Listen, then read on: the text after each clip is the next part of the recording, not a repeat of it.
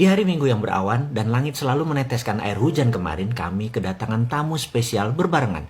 Yang satu, tante saya, adik dari ibu saya.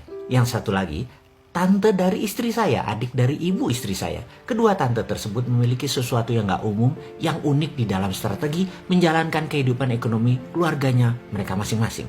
Mengapa saya bilang unik? Begini ceritanya. Saya menceritakan dulu tante dari pihak saya. Dia adalah seorang ibu rumah tangga biasa.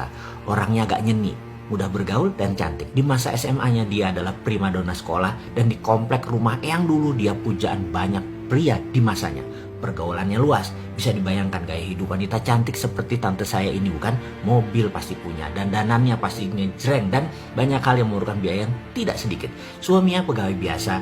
Yang menarik di usia mereka saat ini di 65 tahunan, mereka terlihat pasangan awet muda karena selalu senang terus.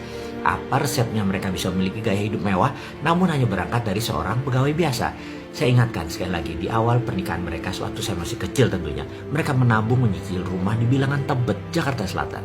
Suami bekerja siang malam, dinas di luar kota. Sang istri bergaul namun super prihatin. Sang tante pernah cerita di tahun kelima rumah tersebut lunas dan mulai direnovasi agar terlihat mewah. Lalu beberapa tahun kemudian rumah tersebut dijual. Saya ingat sekali karena lokasinya bagus maka harga rumahnya cukup tinggi di tahun 80-an tersebut. Mereka menjual dengan harga 800 juta.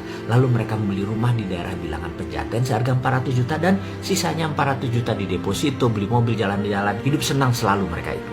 Beberapa tahun kemudian di pertengahan tahun 90-an, mereka jual lagi rumah mereka di bilangan Pejaten tersebut seharga 1,5 miliar.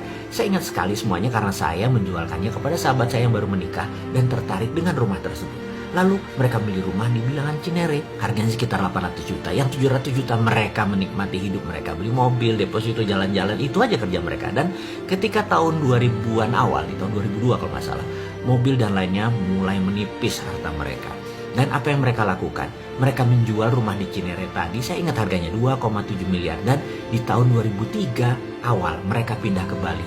Mereka beli aset di Jalan Seminyak, beli kios dan rumah di belakangnya. Harganya 1 M karena pas ledakan bom Bali tersebut harga di Bali dibanting murah. Dengan sisa 1,7 miliar kehidupan mereka sangat mewah dan layak. Jalan-jalan, menikmati hidup kemana-mana, anak-anak sudah besar, sudah kuliah semua saat itu.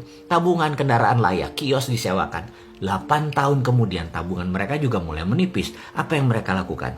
Kembali ke kebiasaan mereka, jual aset. Di tahun 2013 pas boom properti di Indonesia, mereka menjual seluruh aset mereka tersebut di Seminyak dengan angka sangat menakjubkan. Bali memang luar biasa. Saya tidak berani mengatakan atau menulis nilainya. Namun bagi sepasang suami istri pegawai biasa yang ringan menikmati hidup, maka cara mereka berdua menjalani strategi hidup benar-benar gak ada susah-susahnya. Mereka membeli aset besar di Ubud, 2 buah lagi. Dan dari hasil penjualan aset tersebut, mereka juga bisa membangun villa 10 unit. Itu semua dari jualan di aset mereka di Seminyak. Tabungan depositonya jangan tanya, luar biasa. Saya percaya dengan pola hidup seperti mereka berdua, sampai kapanpun mereka gak pernah kekurangan. Tante saya satu lagi dari pihak istri, ceritanya mirip-mirip. 15 tahun yang lalu awal perkawinan mereka, suaminya juga hanya pegawai pabrik di Cikarang. Sang tante hidupnya hanya jualan dari arisan ke ibu-ibu arisan, dari arisan satu ke arisan yang lainnya. Di 2009 mereka memutuskan untuk melakukan sesuatu yang baru. Mereka merasa sayang kalau rumah berharga jutaan ini hanya dipakai tidur. Lebih baik dijual, beli lagi di lokasi lain yang ada peluangnya untuk naik jauh lebih tinggi dari kenaikan rumah yang mereka tinggali sekarang. Rumah mereka di ujung gang, dijual di tahun tersebut, di 2009. Lalu dengan uang tersebut mereka membeli rumah dan merenovasinya. Renovasi belum selesai, rumah sudah ada yang nawar. Kalau mereka untung 20-50% lebih tinggi dari harga mereka beli plus investasi biaya flipping house renovasi, langsung mereka jual.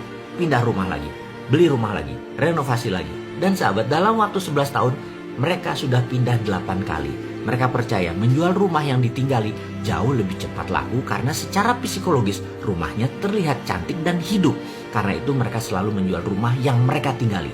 Hari ini, sewaktu berkunjung ke rumah kami, mereka lagi shopping mata, cari rumah, karena rumah mereka yang baru mereka tinggali 2 bulan sudah dipanjer orang, dan dalam 2 bulan harus pindah. Pindah ke yang ke-9 kalinya. Yang saya tahu asetnya sekarang ya, jika dibandingkan 11 tahun yang lalu, itu saat ini sudah naik lebih dari 1000% atau naik 10 kali lipat ketimbang rumah mereka atau harta mereka di awal yang hanya sebagai tempat tidur. Sahabat semua, dari kedua hikmah tadi apa yang Anda dapat? Dan bisakah kedua cara itu Anda tiru?